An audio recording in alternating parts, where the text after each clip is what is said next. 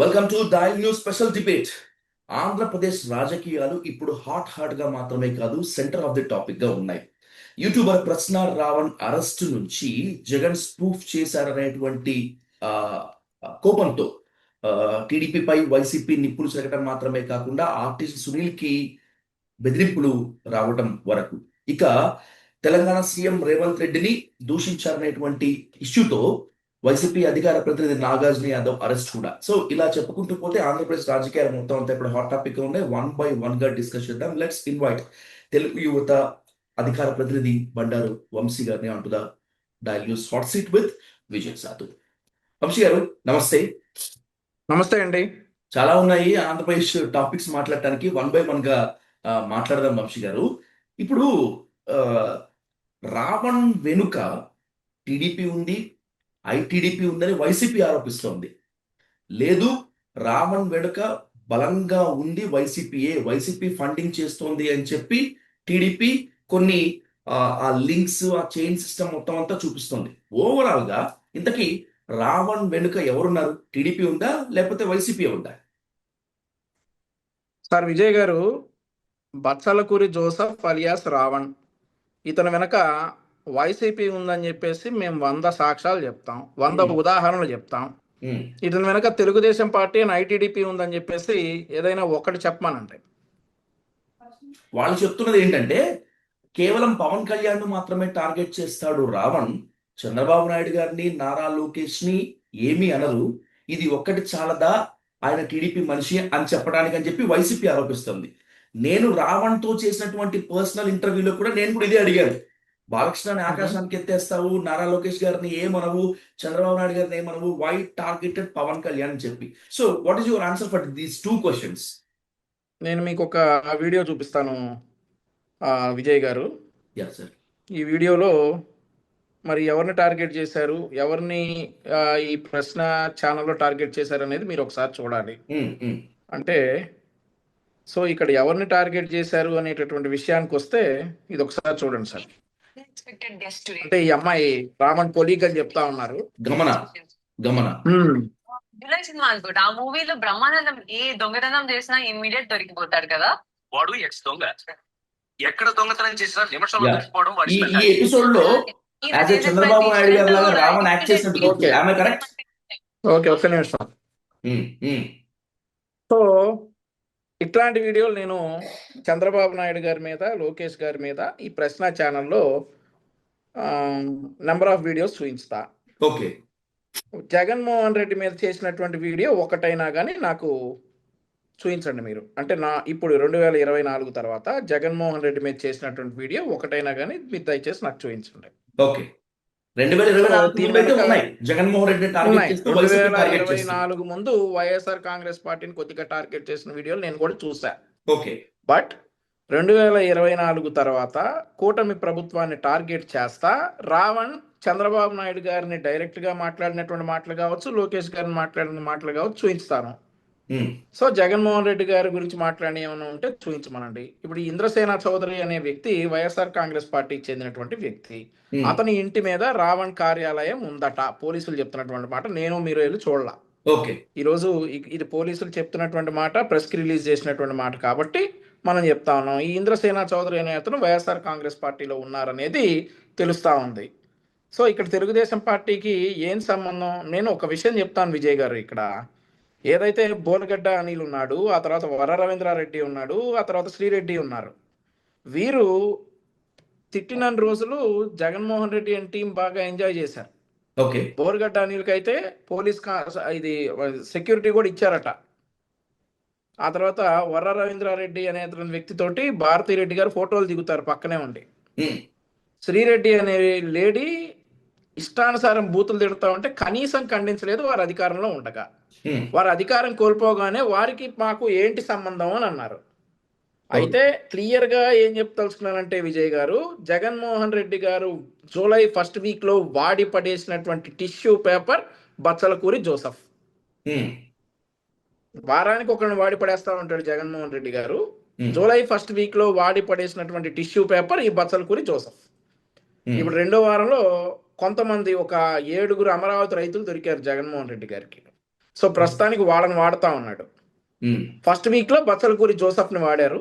రెండో వారంలో అమరావతి రైతులు ఒక 7గురు దొరికారు. అంతకుముందు పాపం కేవీ రెడ్డి అని ఇంకొక వ్యక్తి అరెస్ట్ అయ్యారు సార్. అసలు అవును. అతను ఎక్కడున్నాడు ఏంటి అనేది ఎవడైనా పట్టించుకుంటున్నాడా? వైఎస్ఆర్ కాంగ్రెస్ పార్టీ వారు ఎవరైనా పట్టించుకుంటున్నారా?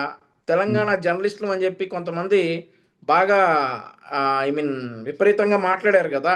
ఆ రోజు 3 months బ్యాక్ అతను అరెస్ట్ చేయడానికి వెళ్తే ఉమ్, తెలంగాణ రగిలిచ్చేస్తాం, తెలంగాణ తగలబెట్టేస్తాం అని చెప్పినటువంటి జర్నలిస్టులు అందరూ ఏమైపోయారు ఈరోజు?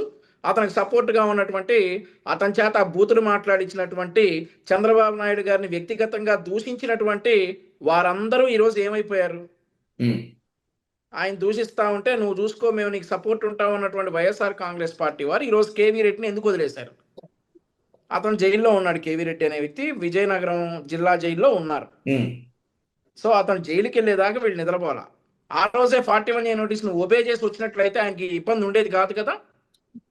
ఓకే. 41A నోటీస్ను ఒబే చేసి ఆ రోజు వచ్చినట్లయితే పోలీసులతోటి అతను విచారించి పంపించేసేవాళ్ళు. అలా కాకుండా అతను 41A నోటీస్ వయలేట్ చేసి కోర్టు ధిక్కారణకు గురయ్యి నాన్ బెయిలబుల్ వారెంట్ వచ్చి అరెస్ట్ అయ్యేదాకా చేసింది జగన్మోహన్ రెడ్డి గారు కాదా? ఉమ్. ఈరోజు మళ్ళీ అతన్ని పట్టించుకునేవాళ్ళు లేడు. ఇక్కడ పట్టించుకునేవాళ్ళు లేడు ఈరోజు ఒక అతను చిన్న జైల్లో. క్వశ్చన్ వంశీ గారు, I want keep um. Before you, ఎందుకంటే మీకు చాలా బ్రాడర్ పర్స్పెక్టివ్ ఉంటుంది కాబట్టి నేను ఈ క్వశ్చన్ పెడుతున్నాను.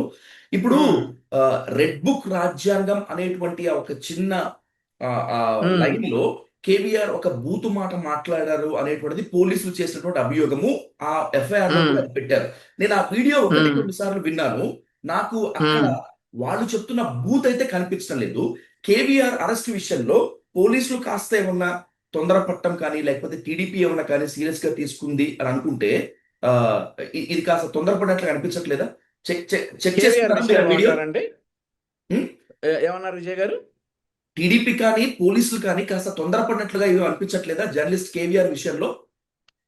సార్ ఇప్పుడు ఒక విషయం సార్, ఇక్కడ కేవీఆర్ గారు చాలా వీడియోలు చేశారు. ప్రభుత్వానికి వ్యతిరేకంగా విధానపరంగా ప్రశ్నించారు. కొన్ని వీడియోల్లో అవి మేము యాక్సెప్ట్ చేస్తాం, ఓకే. తీసుకుంటాం. ఉమ్, కొన్ని వీడియోల్లో మరి ఇప్పుడు రెడ్ బుక్ రాజ్యాంగాన్ని ఆయన మన రాజ్యాంగాన్ని ఉద్దేశించి మాట్లాడినట్లుగా మాట్లాడారు. ఓకే. ఉమ్, అదొకటి. ఉమ్, అదొకటి. అమరావతిలో తిరుగుతుంటే ఇతనికి శ్మశాన వైరాగ్యంగా ఉందట. అంటే బొత్స సత్యనారాయణ గారు కూడా అన్నారనుకోండి ఆ మాట. ఉమ్, ఉమ్, ఈయనకు కూడా శ్మశాన వైరాగ్యంగా ఉందట అమరావతిలో తిరుగుతుంటే. ఓకే. మా నాయకుడు చంద్రబాబు నాయుడు గారిని ఉద్దేశించి ఆయనకున్నటువంటి ఒక దీర్ఘకాలిక సమస్యని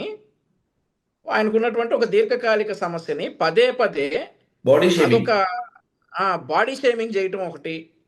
ఆ తర్వాత ఆంధ్రప్రదేశ్ పాలకులందరినీ కూడా నపుంసకులతో పోల్చడం ఒకటి. అంటే టు బి ఫ్రాంక్, తెలంగాణలో నేను కూర్చొని నేను మీరు చెప్తున్నటువంటి ఈ 2 అలిగేషన్స్ నేనైతే చూడలేదు వంశీ గారు. ఒకవేళ గనక అది నిజంగా జరిగి ఉంటే అది ముమ్మాటికి తప్పే. అలా అలా నేను మాట్లాడకూడదు. చూపించమంటారా మీకు? No probs, no probs. ఎట్టి పరిస్థితుల్లో దాన్ని ఇప్పుడు యాక్సెప్ట్ చేయను. నపుంసకులు అనేటువంటి పదాన్ని యాక్సెప్ట్ చేయను. బాడీ షేమింగ్ అనేటువంటి కొజ్జా దాన్ని ఎట్టి పాలన పరిస్థితుల్లో అంటే ఏంటి యాక్సెప్ట్ సార్? నేను చేయను. ఇంకా పాలిస్ట్ గా మాట్లాడా విజయ్ ఆ. గారు. కొజ్జా పాలన అంటే నేను ఇంకా చాలా పాలిస్ట్ గా మాట్లాడా మీ తప్పు. దగ్గర. అది అట్లా మాట్లాడకూడదు, తప్పదు. భావ ప్రకటన నేను మీకు ఈ స్వేచ్ఛతో నోటికి ఏం ఇంటర్వ్యూ వస్తే ఆ మాట అయిపోయినాక ఆ మాట్లాడితే వీడియో ఎట్లా? పంపిస్తాను. ఉమ్. ఈ ఇంటర్వ్యూ అయిపోయినాక నేను మీకు ఆ వీడియో పంపిస్తాను. Please పంపించండి, మీరు బ్యాక్గ్రౌండ్ లో please. ప్లే చేయొచ్చు. I condemn so that. అది ఇట్లాంటి మాత్రం ఎట్టి మాటలు పరిస్థితుల్లో ఒప్పుకునేది లేదు. మాట్లాడినటువంటి కేవీ రెడ్డి అది తప్పు. సార్, ఈ రోజు మేము ఒకటే చెప్తా ఉన్నాం. విధానపరంగా ప్రశ్నించండి ప్రభుత్వాన్ని. ఓకే. మీరు విధానపరంగా ప్రశ్నించండి. అమరావతి ఎందుకు లేట్ అవుతుంది అని అడుగుతా ఉన్నారు. వాటి మీద ఎక్కడ కేసులు లేవు. అప్పులు తెస్తా ఉన్నారు అని అడుగుతా ఉన్నారు. వాటి మీద ఎక్కడ కేసులు లేవు. ఏదైతే వ్యక్తిగత దూషణలు, అలాగే వేరే వేరే దూషణలు, బాడీ షేమింగ్లు చేస్తే మాత్రం చూస్తా ఊరుకోరు. ఈరోజు మీరు ఒకటండి, విజయనగరం కోర్టు 2 సార్లు అతను బెయిల్ పిటిషన్ తిరస్కరించడానికి కారణం ఏంటండి? ఓకే. 2 సార్లు అతను బెయిల్ పిటిషన్ తిరస్కరించారు. అంతకుముందు కర్నూలులో కేసు అయింది. కర్నూలులో కేసు అయిన తర్వాత అతనికి 41A నోటీసులు ఇచ్చి పంపిస్తే అతను మళ్ళీ ఆ తెలంగాణకి వెళ్ళి ఆంధ్రప్రదేశ్లో ఉన్నటువంటి వారందరినీ రెచ్చగొట్టేలాగా మాట్లాడటం. ఆంధ్ర పాలకులకి నా సత్తా సత్తా చూయించు, నీ సత్తా చూయించు, అవన్నీ క్వైట్ కామన్. సత్తా చూయించుతాను అని అన్న తర్వాత మళ్ళీ శ్మశాన వైరాగ్యం కనపడతా ఉంది అమరావతిలో. అంటే అది ఆంధ్రప్రదేశ్ రాష్ట్ర ప్రజల సెంటిమెంట్తో కూడుకున్నటువంటి రాజధాని ప్రాంతం.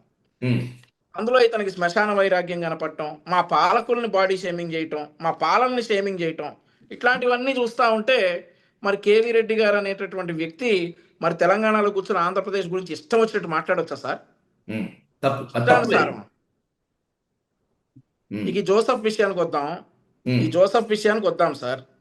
ఈరోజు యూఏపీఏ యాక్ట్ అనేటటువంటి ఒక యాక్ట్ ఆయన మీద ప్రయోగించి అతన్ని అరెస్ట్ చేశారు. వాస్తవంగా నేను మీకు ఒక విషయం చెప్పాలి, Yeah, please. ఒప్పుకోవాలి.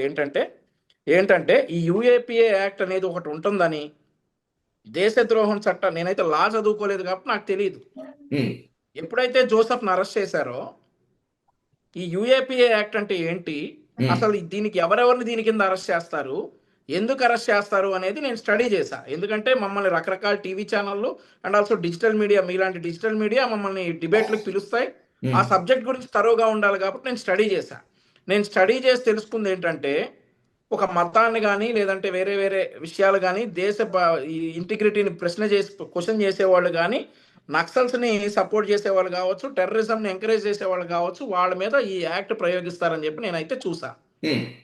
సరే, జోసఫ్ కొన్ని వీడియోలు చూస్తూ ఉంటే రాములు వారి గురించి, సీతమ్మ గురించి ఆయన మాట్లాడినటువంటి మాటలు తీవ్రంగా అభ్యంతరకరం. ఆ తర్వాత ఆపరేషన్ సింధూర్ గురించి ఆయన ఏదో మాట్లాడారని నేను విన్నాను, కానీ నేనైతే చూడలేదు. నాకు ఎక్కడ సెర్చ్ చేశాను కాబట్టి నాకు కనపడలేదు. మరి డెలీట్ చేశారో ఏమో. పోలీస్ అయితే అది మా దగ్గర ఉందని చెప్తా ఉన్నారు. ఈ ప్రశ్న ఛానల్లో కొన్ని వీడియోలు డెలీట్ అయ్యాయి అని అన్నారు. ఆ డెలీట్ అయిన భాగంలో ఆ వీడియో డెలీట్ అయిందేమో నాకైతే తెలియదు. సో ఆపరేషన్ సింధూర్ గురించి కూడా ఇతను కామెంట్ చేశాడు అని చెప్పేసి నేను విన్నాను. సో ఇట్లాంటివన్నీ అయిపోయిన తర్వాత ఈ కేసుల మీద, ఈ యూఏపీఏ యాక్ట్ మీద రావణ్ గారిని అరెస్ట్ చేయడం జరిగింది. అరెస్ట్ చేసిన తర్వాత జడ్జి గారు కూడా ఈ అభియోగాలు నమ్మి మరి రిమాండ్కి ఇచ్చారు.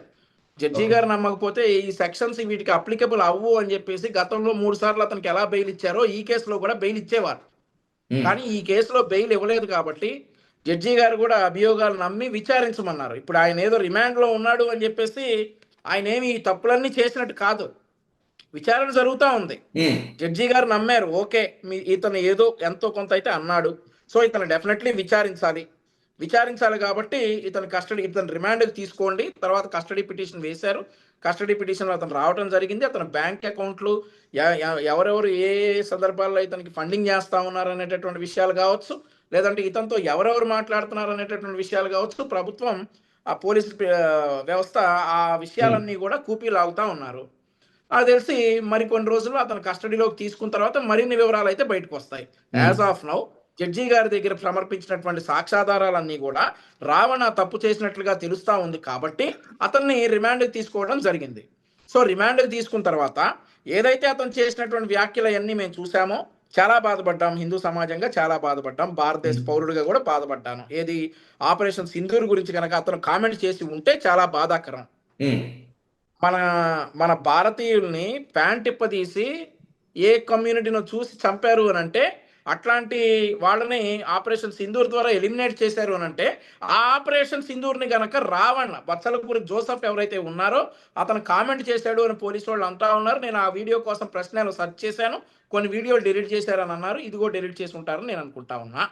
ఒకవేళ డెలీట్ చేసినట్లయితే పోలీసుల దగ్గర ఉండుంటది ఆ వీడియో. ఆ ఆపరేషన్ సింధూర్ మీద రావణ్ గనక జోసఫ్ గనక దీన్ని అవహేళనగా మాట్లాడినట్లయితే బాధాకరం. ఇట్లాంటి విషయాలన్నింటినీ బట్టి రిమాండ్కి వెళ్ళినటువంటి జోసఫ్కి వైఎస్ఆర్ కాంగ్రెస్ పార్టీకి చెందినటువంటి సుధాకర్ రెడ్డి గారు ఆయన తరపున వాదిస్తా ఉన్నారని చెప్పేసి నేను విన్నా.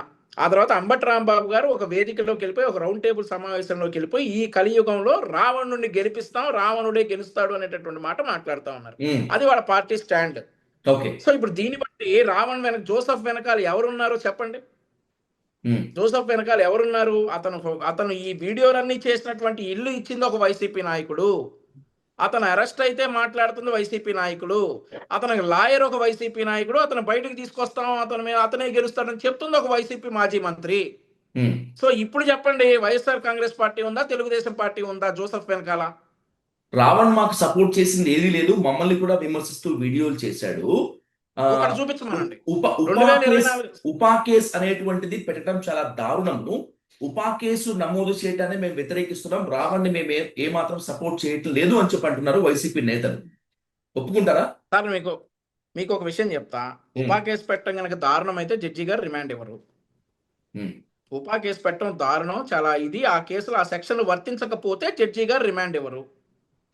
ఒకవేళ రిమాండ్ ఇచ్చినా కానీ ఫస్ట్ అటెంప్ట్ లో బెయిల్ ఇస్తారు. సరే పొరపాటు అప్పుడు ఏదో రిమాండ్ ఇచ్చామని చెప్పి ఫస్ట్ అటెంప్ట్ లో బెయిల్ ఇస్తారు. జడ్జి గారు రిమాండ్ ఇచ్చారు. ఇక్కడ విచారణ జరుగుతూ ఉంది. అతను ఫోన్ సీజ్ చేశారు. అతని ఫోన్లో నక్సలిజం చెందినటువంటి విషయాలు కావచ్చు, యువతను నక్సలిజం వైపు మళ్లించేటటువంటి విషయాలు కావచ్చు, టెర్రరిజం భావాజాలాలు కావచ్చు ఉన్నాయని చెప్పేసి పోలీసులు చెప్తా ఉన్నారు. మరి ఇప్పుడు మరొక వీడియో కూడా ఒకటి బయటకు తిరుగుతూ ఉంది. అతని ఫోన్లో ఏదో పర్సనల్ వ్యక్తిగత వీడియోలు ఉన్నాయని చెప్పేసి చెప్తా ఉన్నారు. అది దేశ భద్రతకి సంబంధించినటువంటి మ్యాటర్ కాకపోయినా కూడా నీతులు చెప్పేటటువంటి వ్యక్తి, మరి అట్లాంటి వ్యక్తిగత వీడియోలు కూడా ఉన్నాయని చెప్పేసి పోలీసులు చెప్తా ఉన్నారు. సో ఇప్పుడు యూఏపీఏ యాక్ట్ దీనిలో అమలు అవుతుందా లేదా అనేది జడ్జి గారు చెప్తారు. వైఎస్ఆర్ కాంగ్రెస్ పార్టీ నాయకులు ఎవరు సార్ చెప్పడానికి? ఆ సెక్షన్ల కింద కేసులు కట్టాలా లేదా అనేది జడ్జి గారు చెప్తారు. ఒకవేళ ఆ సెక్షన్లు వర్తించకపోతే ఆ రోజునైతే మళ్ళీ నాలుగో బెయిల్ కూడా రావణ్కి జోసఫ్కి ఇచ్చుండేవారు. సో అది ఇవ్వలేదు కాబట్టి మరి వైఎస్ఆర్ కాంగ్రెస్ పార్టీ నాయకుల వాదనలు అవన్నీ కూడా మనం లైట్ తీసుకోవటమే కానీ వాటి మీద పెద్ద సీరియస్గా ఇవ్వటం కాదు. మరొకటి ఏంటంటే ఈ గమన అనేటటువంటి ఈ జోసఫ్ గారి కొలీగ్కి జగన్మోహన్ రెడ్డి నెత్తిన చేయబెట్టి భరోసా ఇచ్చాడు. నేనున్నానమ్మా అని చెప్పేసి అక్కడ ఉన్నటువంటి దేవినేని అవినాష్ గారిని పిలిచి ఈ బెయిల్ విషయాలు ఏంటో చూడమన్నారట. దీన్ని బట్టి ఎవరున్నారు వాళ్ళ వెనకాలనేది మనం క్లియర్గా చూసుకోవాలి. మా మీద కూడా వీడియోలు చేశారని చెప్తున్నటువంటి వైఎస్ఆర్ కాంగ్రెస్ పార్టీ నాయకులకి ఈ ప్రశ్న యూట్యూబ్ ఛానల్లో మరి వాళ్ళ మీద చేసినటువంటి వీడియోలు ఏవైతే ఉన్నాయో అవి మాకు ఒకసారి చూపించాలి. మా మీద చేసినటువంటి 100 వీడియోలు మేము చూపిస్తాం. సో రావణ్ వెనుక మాత్రం టీడీపీ కానీ ఐటీడీపీ కానీ లేదు. ఉంటే చూపించమంటున్నాను కదా సార్. ఒక సాక్ష్యం చూపించండి. వైసీపీకి ఇదే ఓపెన్ ఛాలెంజ్. ఒక సాక్ష్యం చూపించండి. ఒకటి మేము ఉన్నామనేది ఒక సాక్ష్యం చూపించండి వాళ్ళ వెనకాల. మీరున్నారని మేము ఇప్పటికే 4-5 సాక్ష్యాలు ఈ 10 నిమిషాల్లోనే నేను మీకు చెప్పడం జరిగింది. Right, that's all for Ravan episode. Next వేరే టాపిక్ మూవ్ అవుతాను వంశీ గారు. ఇప్పుడు జగన్మోహన్ రెడ్డి గారిని స్పూఫ్ చేస్తూ కొన్ని వీడియోస్, వాళ్ళ మిసెస్ ని భారతిరెడ్డి గారిని పెడుతూ కొన్ని వీడియోస్, శ్యామలాని పెడుతూ వీడియోస్, టోటల్ గా వైసీపీని టార్గెట్ చేస్తూ మీరు కొన్ని వీడియోస్ చేస్తున్నారు. దాంట్లో కొన్ని బాడీ షేమింగ్ యాక్షన్స్ ఉన్నాయి, ఇవంతా ఉన్నాయి అని చెప్పి వైసీపీ సోషల్ మీడియా నుంచి వైసీపీ నేతల మొత్తం అంతా కూడా మండిపడుతున్నారు. లోకేష్ గారు సోషల్ మీడియాలో ఎవరైనా రెచ్చగొట్టే పోస్టులు పెడితే, ఉమెన్ డిగ్నిటీని దెబ్బ కొడితే వాళ్ళ మీద కూడా యాక్షన్ తీసుకుందామని చెప్పి అంటున్నారు. ఒకవేళ కనుక అదే నిజమైతే టీడీపీ నుంచి ప్రారంభం అవుతుందా అంటున్నారు వైసీపీ నేతలు. దీనికి సమాధానం ఏంటి సార్? మీరు ఒక విషయం సార్, ఇక్కడ Shyamala is a politician, okay, YS Bharathi Reddy గారు ఈజ్ ఏ పొలిటీషియన్. తన పొలిటీషియన్ ఎందుకు అవుతుంది? ఎక్కడ నేరుగా పొలిటీషియన్ పాలిటిక్స్ లోకి రాలేదు కదా. బ్రాహ్మణి గారు ఎలానో, భువనేశ్వరి గారు ఎలానో, తను కూడా అలాగే కదా. భారతిరెడ్డి గారు కూడా అలాగే. సరే, I withdraw my words. Sakshi channel ఎండి భారతిరెడ్డి గారు కదా సార్. మా మీద రెగ్యులర్ గా లేనిపోయిన అవాస్తవాలు రాసేటటువంటిది, అండ్ ఆల్సో ఇప్పటికి 4-5 పరువు నష్టం దావాలు ఎదుర్కొంటున్నటువంటి ఛానల్ ఏది సార్? ఓకే, ఏది చెప్పండి, మీరు చెప్పండి. మా మీద 4-5 పరువు నష్టం దావాలు మేము వేసిన ఎదుర్కొంటున్నటువంటి ఛానల్ సాక్షి కదా. ఆ ఎండి ఎవరు సార్? ఆ ఛానల్ ఎండి ఎవరు సార్? భారతిరెడ్డి గారు. సో ఇక్కడ ఎక్కడా కూడా మీరు అన్నట్లుగా వాళ్ళని ఆ టీడీపీ యాక్టివిస్ట్ అనే పేజ్ లో బాడీ షేమింగ్ చేసింది ఎక్కడైనా మీరు చూసారా? బాడీ షేమింగ్ ఈ జగన్మోహన్ రెడ్డి గారికి మెడిసిన్స్ అని, అదని, ఇదని, ఈ కైండ్ ఆఫ్ లోట ఏంటి సార్? మరి కమ్ అగైన్. జగన్మోహన్ రెడ్డి గారు మెడిసిన్స్ వేసుకోవడం మర్చిపోయారు, టాబ్లెట్స్ అయిపోయాయి, ఇటలీ వెళ్ళలేదా, అక్కడికి వెళ్ళలేదా అని చెప్పి తన హావభావాల్ని బాడీ షేమింగ్ అంటున్నారు వాళ్ళంతా. సార్ అది నారాసుర రక్త చరిత్ర కంటే పెద్దదా? అది నారాసుర రక్త చరిత్ర కంటే పెద్ద ఎలిగేషన్ అది. ఆ నారాసుర రక్త చంపేసి చంద్రబాబు నాయుడు గారి నుంచి లోకేష్ గారి వరకు ఇప్పటివరకు మీరంతా గొడ్డలపాటి అంటూనే ఉన్నారు కదా. విజయ్ గారు ఒక వ్యక్తిని చంపేసి ఆ పేపర్లో మా చేతిలో కత్తి పెట్టి మా నాయకుడు చంపేశాడు అని చెప్పిన దానికంటే మా నాయకుడిని కిల్లర్ అని, హంతకుడు అని చెప్పేసి వాళ్ళు అన్నదానికంటే మేమేమంటున్నాం, అతనికి నిజంగానే మరి లండన్ మెడిసిన్ వేసుకోలేదు అనేటటువంటి ఒక స్పూఫ్ వాళ్ళు చేశారు సార్. ఇక్కడ నేను మరొక విషయం చెప్పాలి సార్ మీకు. మొన్న 2 days బ్యాక్ భారతిరెడ్డి గారిది ఒక ఇమేజ్ ఒకటి ఆ ఫేస్ కి పెట్టేసి ఆవిడ భారతిరెడ్డి గారు అన్నట్లుగా అర్థం వచ్చినట్లు వీడియో చేశారు ఆ టీడీపీ యాక్టివిస్ట్ అనేటటువంటి పేజ్ లో. ఆ తర్వాత రిజైండ్ వేశారు నెక్స్ట్ డే. ఓకే, మీరు చూసారా?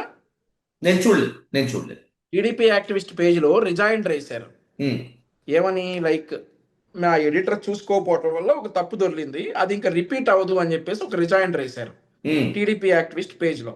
ఉమ్, సో అది ఒక బాధ్యతగా వేశారు సార్. ఎందుకంటే మేము కట్టుబడి ఉన్నాము, ఇట్లాంటివన్నీ కూడా ఒక పొలిటికల్ పార్టీలో కరెక్ట్ కాదని కట్టుబడి ఉన్నాం కాబట్టి ఒక రిజైండ్ వేశారు సార్. ఉమ్. సార్ నేను ఇప్పుడు ఒక క్వశ్చన్ అడుగుతాను.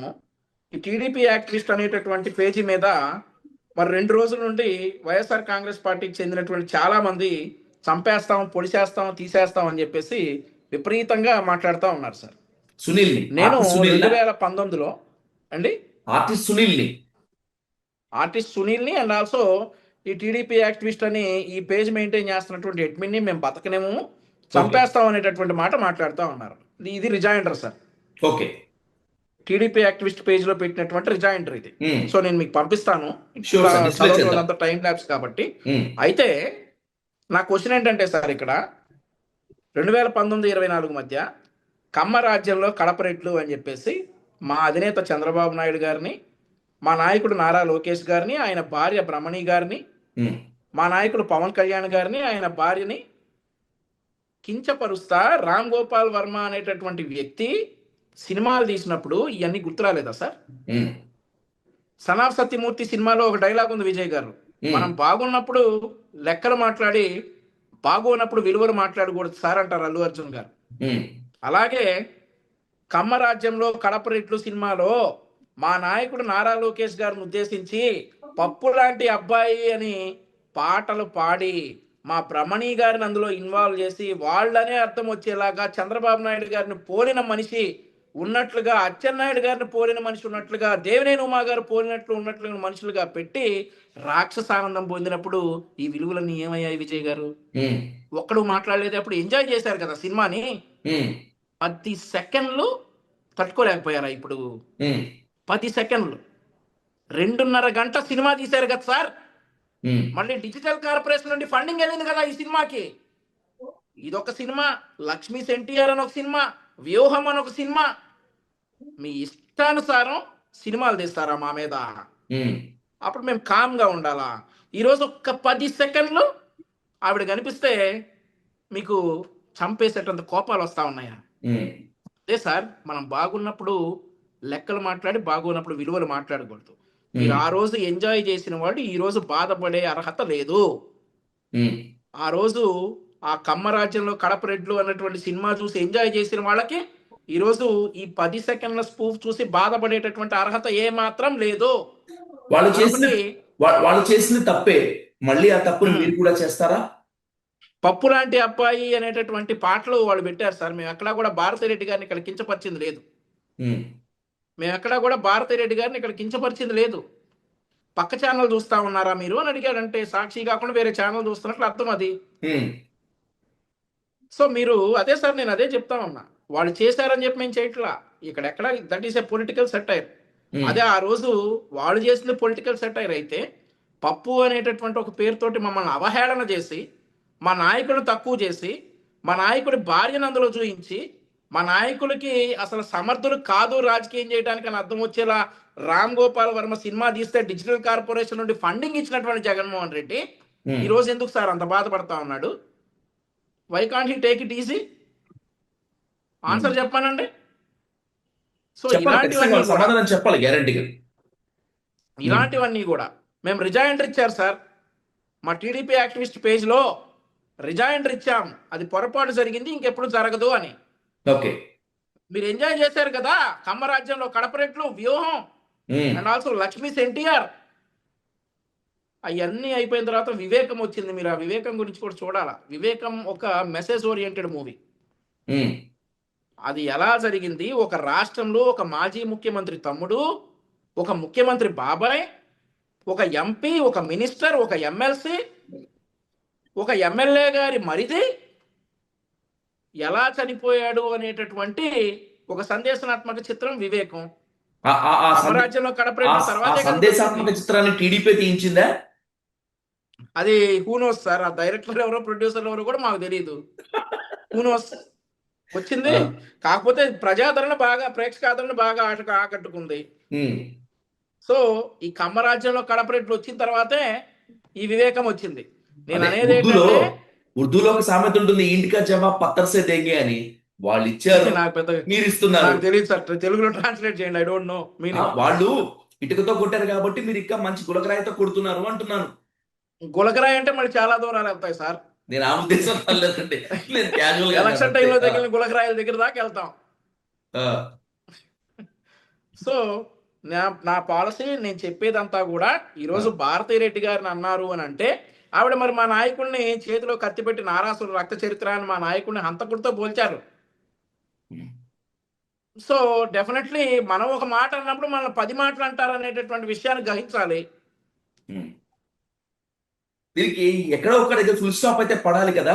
మీరు పెడతారా సార్ లేకపోతే డెఫినెట్లీ వాళ్ళు సార్, పెట్టేంత వరకు వెయిట్ రిజాయిండర్ చేస్తారా? వచ్చింది సార్. ఒకటి విజయ్ గారు, రిజాయిండర్ వచ్చింది. ఉమ్. ఇక మా సైడ్ నుంచి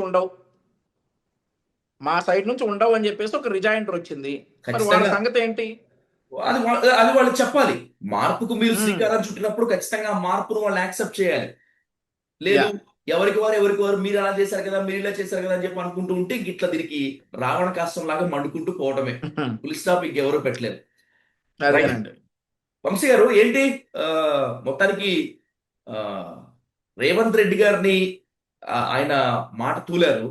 వైసీపీ అధికార ప్రతినిధి నాగార్జున యాదవ్ ఎప్పుడెప్పుడు దొరుకుతాడా అని చెప్పి చూసినటువంటి టీడీపీ తెలంగాణ గవర్నమెంట్ తో చెప్పి ఆ, ఆ, నాంపల్లి కోర్టుకి రిమాండ్ పంపించారు, కేసు బుక్ చేయించారనేది ఒక వాదన. రేవంత్ రెడ్డి గారిని తిట్టినందుకు కాదు, జొమాటో డెలివరీ బాయ్ తో పోల్చినందుకు కాదు, 2 ఏళ్ల క్రితం ఉన్నటువంటి ఒక కేసుని మళ్ళీ రీఓపెన్ చేశారనేటువంటిది. ఇంతకీ ఏ కేసులో నాగార్జున యాదవ్ ని పంపించారు? సార్ అసలు ఈ నాగార్జున యాదవ్ అనేటటువంటి వ్యక్తి మీద కాన్సన్ట్రేట్ చేసి నాకు ఒక 5 నిమిషాలు టైం వేస్ట్ చేసుకోవటం ఇష్టం లేక అసలు నేను ఆ కేసు ఫాలో అవ్వాలా ఫస్ట్ థింగ్. ఉమ్. రెండోది ఏంటంటే పార్టీ అధికార జొమాటో, ప్రతినిధి ఆయన, స్విగ్గీ వైసీపీ అధికార ప్రతినిధి సార్, మీరు మరీ అట్లా తేల్చేస్తే ఎట్లా? సార్ ఇప్పుడు వైసీపీ అధికార ప్రతినిధులు అని అంటే వాళ్ళ పార్టీ స్టాండర్డ్స్ ఏంటి, వాళ్ళ పార్టీ విధి విధానాలు ఏంటో తీసుకెళ్లాలి. కానీ అవతల ముఖ్యమంత్రుల్ని, మా నాయకుల్ని బూతులు తిట్టే వాళ్ళందరినీ అధికార ప్రతినిధులు అనుకుంటే ఎలా సార్? ఉమ్. నిన్న మొన్న నేను వైసీపీ అధికార ప్రతినిధులతోనే డిబేట్ లో పాల్గొన్నాను. నేను ఉమ్. చెప్పా యుఏపిఏ యాక్ట్ అంటే నాకు ముందు తెలియదు, ఉమ్. జోసఫ్ అరెస్ట్ అయిన తర్వాత నేను తెలుసుకున్నాను. అలా నేను నాతో పాటు డిబేట్ లో ఉన్నటువంటి వైఎస్ఆర్సీ అధికార ప్రతినిధుల్ని చాలా మందిని అసలు వాళ్ళు మాట్లాడుతూ ఉంటే ఇది అన్యాయం, దారుణం అంటా ఉంటే అసలు ఏంట్రా బాబు యుఏపిఏ యాక్ట్ అంటే తెలుసా అంటే గాల్లోకి చూశారు. ఉమ్. సో వైఎస్ఆర్ కాంగ్రెస్ పార్టీ అధికార ప్రతినిధులు బూతులు తిట్టడానికి మాత్రమే ఉంటారు, కానీ వాళ్ళకి సబ్జెక్ట్ ఉండదని అయితే నేను అనుకుంటా ఉన్నా. ఉమ్. సో నాకు కూడా అన్ని విషయాలు తెలియవు, అన్ని విషయాలు నాకు తెలియాలని కూడా లేదు. సో ఒక డిబేట్కి వచ్చే ముందు కనీసం దాని గురించి ఉన్నటువంటి మినిమం అవగాహన ఉండాలనేది నేను అడుగుతా ఉన్నా. సో ఇక్కడ మన టాపిక్ నాగార్జున యాదవ్ గురించి కాబట్టి ఉమ్. సార్ ఆయన జొమాటో, స్విగ్గీ డెలివరీ బాయ్స్ తోటి ముఖ్యమంత్రి గారిని కంపేర్ చేశారు సార్. సార్ అసలు ఈ రోజు అభ్యంతరకరమైన భాష అది, తప్పదు, అట్లా మాట్లాడి ఉండకూడదు. సార్ ఎందుకు కంపేర్ మాట్లాడారు? చేసినంత సార్ ఈ రోజు ఒక విషయం సార్, ఇక్కడ um. Zomato and Swiggy delivery boys చాలా గౌరవంగా బతుకుతా ఉన్నారు.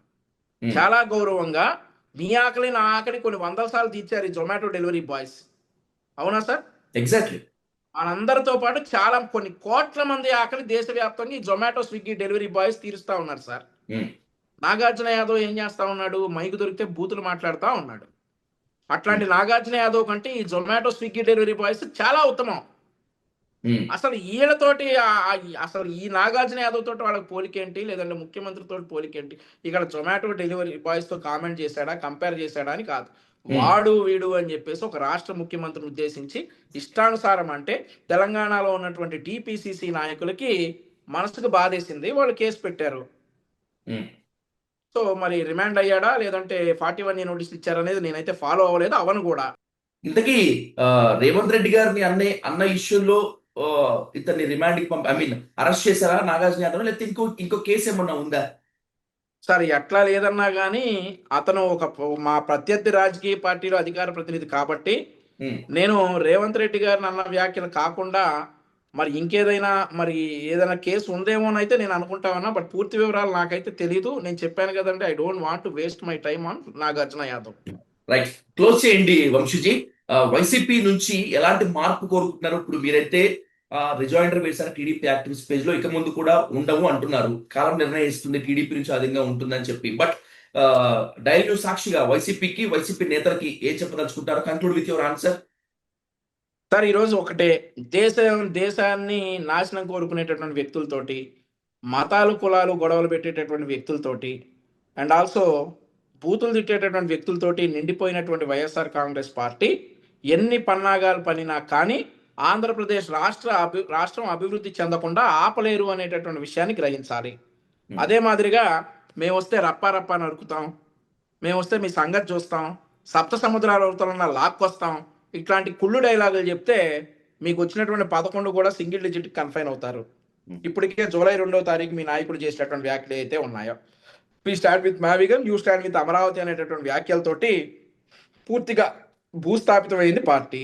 ఆ తర్వాత మేము మొన్నటి వరకు ఆ జూలై 2 వరకు కనీసం ఈసారి ప్రతిపక్ష హోదాన తెచ్చుకోండి అని అనేవాళ్ళం. ఏదైతే ఆ మావిగన్ వర్సెస్ అమరావతి అని అన్నాడో కనీసం సింగిల్ డిజిట్ తెచ్చుకోండి అని చెప్పి అంటా ఉన్నాం, డబుల్ డిజిట్ తెచ్చుకోండి కనీసం అని అంటా ఉన్నాం. మళ్ళా తర్వాత ఈ కలియుగంలో రావణుడే గెలుస్తాడు అని చెప్పేసి అంబటి రాంబాబు గారు వైఎస్ఆర్సీ స్టాండ్ చెప్పిన తర్వాత వీఆర్ షూర్ వాళ్ళు డబుల్ డిజిట్ కూడా రాలేరు. సో రాష్ట్రంలో మీరు అధికారంలోకి వస్తే ఏ ప్రాజెక్టులు తెస్తారో చెప్పండి, ఏం అభివృద్ధి చేస్తారో చెప్పండి. ఈ రప్ప నరుకుతాం, అంతులు చూస్తామంటే ఎవడు చూస్తా ఊరుకోడని చెప్పేసి వైఎస్ఆర్ కాంగ్రెస్ పార్టీకి తెలుగుదేశం పార్టీ కార్యకర్తగా హెచ్చరిస్తా ఉన్నా. రైట్ వంశీ గారు, మళ్ళీ ఇంకొక టాపిక్ తో కలుద్దాం, ఖచ్చితంగా డీటెయిల్ గా మాట్లాడదాం. Thank you so much for giving the time. Thank you much for. Thank you sir.